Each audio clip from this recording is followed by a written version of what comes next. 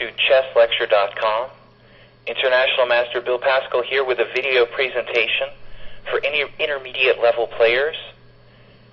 This video lecture presentation is opposite color bishops number 1, fundamental positions where one side has a serious material advantage. I want to define the topic here a little bit further. We've classified our endgame lectures depending on a couple of factors. First of all, the simplicity of the position.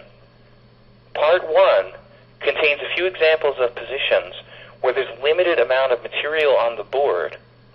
That means not a lot of pawns.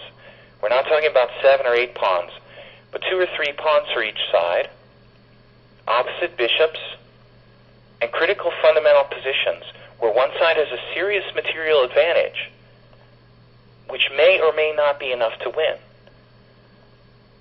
The thing about opposite color bishops that many players know, especially if you're intermediate level, very often they have a drawish tendency. So the fine line between winning and drawing is often very, very close. In our first example, we see white with what seems like an ideal position. 2 connected passed pawns on the 5th rank on e5 and f5. A lot of players have the idea that this always wins. That's not the case. And here, black could easily spoil the win with one inaccurate move. So it's very important to understand what you have to do, what you have to accomplish here. White's first move is vital to winning the game. Bishop h4 check. It may not seem that significant, but it's very, very important. There's some serious questions now about how black should respond to this move. Obviously, you notice that if black is able to sacrifice his bishop from a2 for the 2 pawns, it's a draw. It's not easy to see which way the black king should go and which way white should proceed in either case.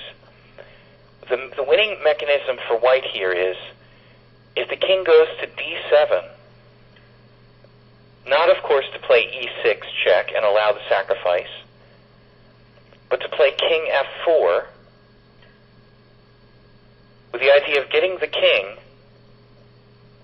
to g5 and then hopefully into f6 or even up to g6 and g7. Let's see how it might play out. King f4, black would defend with some waiting move rather than giving way with his king. So for example, bishop f7, king g5, and now very important, black wants to blockade the white squares. So he stays in the vicinity of the pawns and prevents white from advancing his king to f6, which would be crushing. He plays, of course, king e7. But here the problem is the king continues to advance with the help of the bishop to h6, check. The black king has to move somewhere, say king f8, and now e6. The bishop has to move, f6. These pawns are too far advanced to defend against, and the bishop cannot remain on the diagonal, h5, e8, without being captured. And that's the place it needs to be. In this case, black doesn't have enough space to maintain his bishop on the key diagonal to save the game. So after this, it's simply fatal. White will continue to advance. Bishop b5, for example, for black. And now bishop really anywhere back to trying to get to this diagonal, a3, c5. And now white just goes forward with decisive effect. For example, bishop c4, bishop c5 check, and then f7 check, and f8 with a queen coming. So this is a winning position. I think that king d7 is probably not necessarily the better defense. Going back to the initial position, retreating here a few moves, bishop h4 check, king f7. I think this is a little bit better. In this case, we have some more ideas. We might be able to attack the f-pawn from behind with bishop b1 check, and the black king stays very much in front of both pawns, so preventing this maneuver king f4 to g5 to f6. Still, black is not able to defend here. The classic two connected pass pawns are too much for him with accurate play. The white king goes the other way now. So, and it's funny, either way the black king goes, the white king goes the opposite. King d4. And here the key factor is this. If black hits the pawn with bishop b1, e6 comes with check, and then king e5. So here, bishop b1, e6 check. And only now do you see, clear and simple, why bishop h4 was the first move. This is the deciding reason, because that bishop had to be on this diagonal in this variation to make sure the black king could not go to e7 or to f6, especially f6. Now when the black king moves, king e5 is completely decisive. There will be no way to stop those pawns. Black's pieces are too scattered. Again, back to the initial position. Bishop h4 check, king f7, king d4. Black has to try to find something else. Effectively, it may not matter. King g7, e6 anyway. That's the point. We get the king to e5. The pawns are too far advanced. Too far advanced to stop. And the king coming to e5 makes sure that black will not be able to ever sacrifice the bishop for those two pawns. But let's just play it out. If black were to have to defend, what would he do? e6, perhaps bishop b1, king e5, king f8, f6, bishop a2. Don't make the mistake of allowing black to defend by blockading the white squares. Of course, e7 check would be a dead draw. Don't ever fix both pawns when you have these two connected pass pawns in the opposite bishop ending. Don't ever make the mistake of fixing them on the same color as your bishop, because that will often be a draw. The point is, you have to be able to cover two color complexes, one with a bishop and the other with the pawns. So the bishop does the job on the dark squares, the pawns do the job on the white squares. So in this case, f7. Absolutely crushing. Nothing black can do. There could be an obscure position, f7, bishop b3. If white were to blunder here, he would allow a draw. King f6 is the winning move, threatening e7 mate.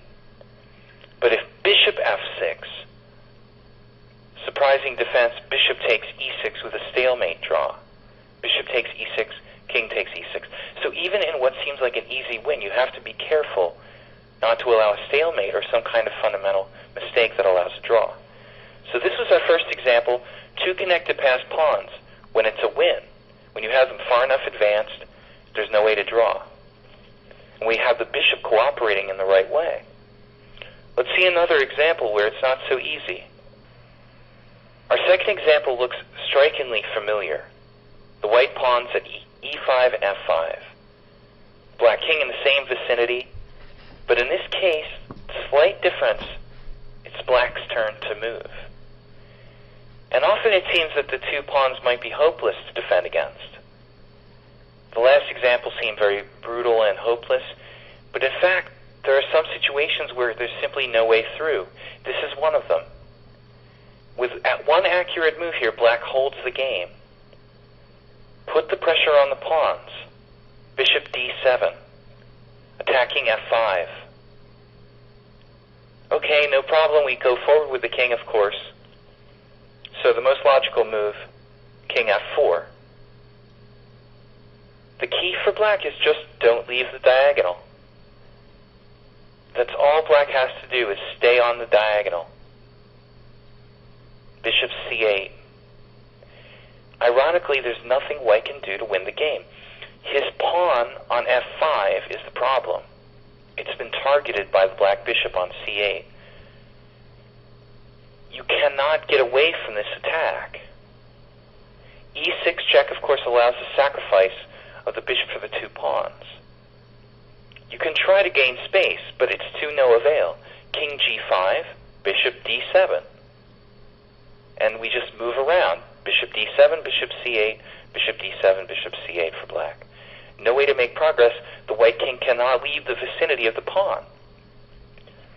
The pawn on f5 is a target.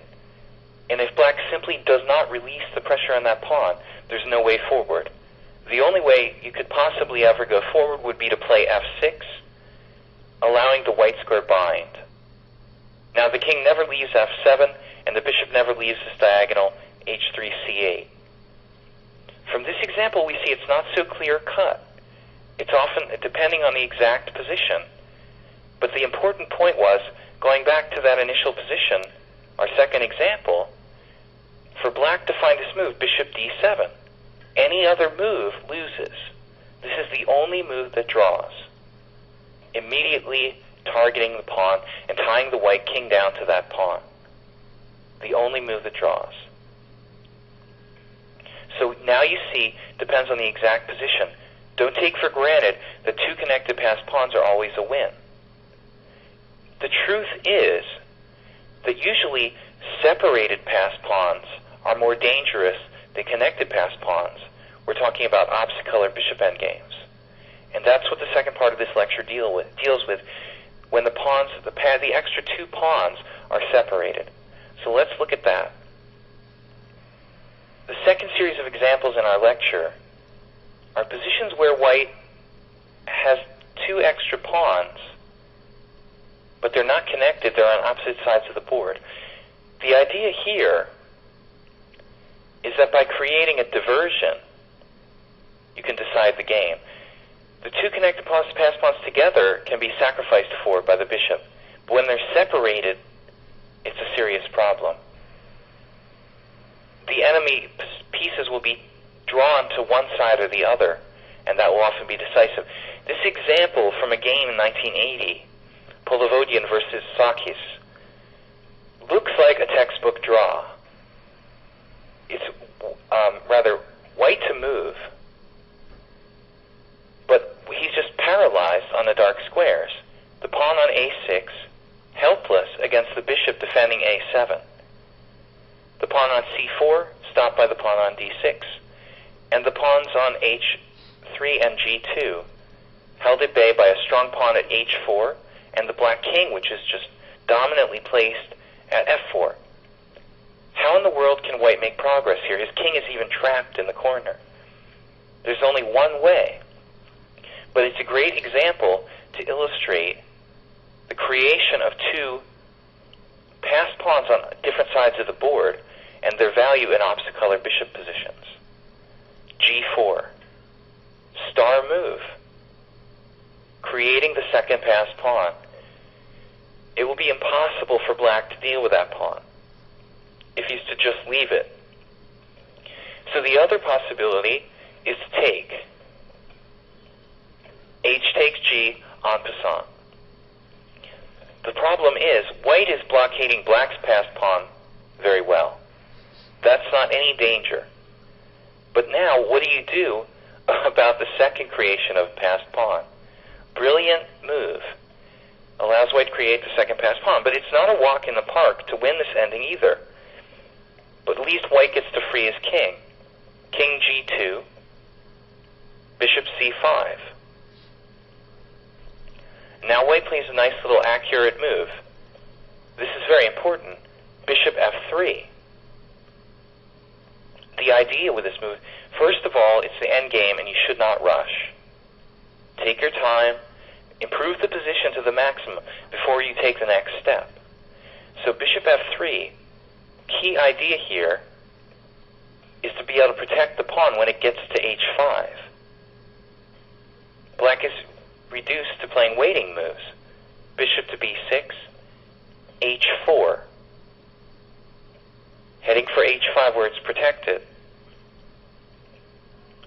Bishop f2. And now bishop d1. Waiting. Simply waiting. The black king moves to e5.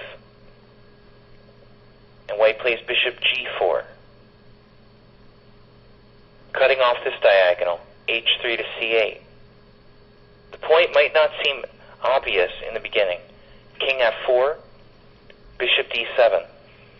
But one of the ideas here, the bishop might get to e8 to defend the pawn on h5. It's also cutting off the f5 and g4 squares, which the black king might want to use in the near future. So bishop d7, king e5, king f3 gaining space, king f6, bishop c6, a key move too, keeping the g-pawn under surveillance. Now the white king can get active, and the bishop will stop that pawn. King g6, king g4. And this was the position that white was really aiming for, keeping black away from that h-pawn and keeping the g-pawn from advancing by putting the bishop on the long diagonal. King h6, bishop e4, another patient move, cutting the black king off. King g7, king f5. And suddenly, there's a target on d6. Too many weaknesses for black to contend with. King h6, now of course bishop f3, keeping the black king away from the h-pawn. Bishop c5, king f4, attacking the g-pawn. Bishop f2, king e4. And suddenly, the white king magically heads for b7. He set up a position where the black king is astray, and there's nothing black can do. Very, very cute idea. And the white king heads for b7. There is no defense. Notice the black king cannot get at the h-pawn. The g-pawn's not going anywhere. And the black king can also not stop the white king from getting to b7. The continuation would be something like king g7, king d5, bishop c5, of course guarding the pawn, king c6. Nothing black can do. King f6, king b7, king f5, a7. Bishop takes a7, king takes a7. King f4, bishop d5. And it becomes clear. He wins the h-pawn, but it's too slow. King g4, king b7, king takes h4, king c6, king h3, king takes d6, g2, bishop takes g2, king takes g2, and the c-pawn is clear. White wins the game, no question. Here we saw some sophisticated maneuvering, but the general principle that the two pawns on opposite sides of the board present a lot of problems for the defender, opposite color bishop endgames. It's often a tight stretch as to whether it's a win or a draw. In our next example, we'll see a draw where it's very, very close. This last example is a striking one. White is so stretched to the limit. Black's pawns are, of course, coming down the board. One pawn on the e3 square, 2 squares away from queening, b3 as well. So 2 pawns on the 6th rank, only 2 squares away. White is barely able to stop black from invading and creating a winning pass pawn. The bishop and the king have to defend the white squares. But here the pawns, the key is, really the key in defending such positions, is the relative closeness of the two threatening pawns. The closer they are together, but separated, the better the drawing chances. So here we have a really borderline example where the pawns are relatively close together. Relatively close together. The ideal defending against ones that are just adjacent by 1 file. Here they're adjacent by 2 files. So here is one of those gray area examples where you're really right on the edge. Only with a perfectly accurate move does white manage to hold the balance here. He has to attack the pawn immediately. Just like we saw the draw in the first example, was bishop d7, keeping an eye on the key pawn. Here the draw is bishop f7. Only move that draws the game, keeping black tied down to b3. This just barely holds the game. See, the problem is the black king has several choices where to go. He wants the pawn to move, so the king has to get out of the way. But if you go to c3, like so, the bishop just goes back to this diagonal, g6. And if b2, there's no way in. Bishop b1, no way to make progress. If the king moves over to the left, king b3, king e2. We have plenty of waiting moves. King d1, king e2, king d1, king e2. That's another example of the aggressing side putting his pawns on the same color as his bishop, thus having a failure to control the same color that the enemy bishop controls. So here, what is black's best attempt to win the game? Probably king c3, bishop f7. So yes, on king c3, there's no problem. Bishop comes to g6, keeping the king cut off on this diagonal, preparing to go to b1 if black plays b2. I don't think that king c3 is the best try for black. Not at all. I think trying to go to the a file is probably a better attempt. But the problem is, if you go to a2, you're pinned to the bishop. So what progress can you make? Let's see. King a2, bishop e6. How can black make progress here? He might be able to try something, only based on king a3. King a3 with the threat of b2. This is the only way black can try to win this game. Threatening b2, and it's a valid threat, because if b2 is played, black is winning in this position. So very, very dangerous. Now bishop f5, and if b2, bishop b1 stops black cold. Bishop f5 very key. Any other move like bishop f7 allows b2, bishop g6, and king a2 with a winning position. So let's just review this example a little bit more. Going back to the beginning, black had to find bishop f7, keeping an eye on the pawn.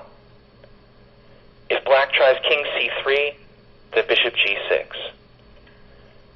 The best try, king a2, and now just keep an eye on that pawn, bishop e6. And now the sneaky move, king a3. Here white had to be very, very careful. Staying on this diagonal is not the way to draw. The way to draw is to see what is black's only attempt to win the game, and that's advancing the pawn. We have to preempt black at this moment, right at this moment, with bishop f5, preempting the advance b2. And after b2, bishop b1, keeping the black king out of the a2 square. And now there's nothing black can do about a perpetual king d1, king e2. You can try, but you're not going to make progress. King b3, king e2, king c3, king d1, king d4, king e2, etc. And if the black king journeys over on the king side like this to f6, to h4, to g3, no problem, just leave the king on e2 and move the bishop back and forth. Clear draw. So we've seen several fundamental examples, both with connected pawns and separated pawns. Both have their own problems, but I think the separated pawns are very dangerous, just as dangerous as the connected pawns. Often the deciding factor is the closeness of the separated pawns. The closer they are, the better drawing chances with the material minus. This is International Master Bill Paschall signing off from this Opposite Color Bishops Part 1 video presentation for intermediate players. Thanks everyone for joining us at chesslecture.com.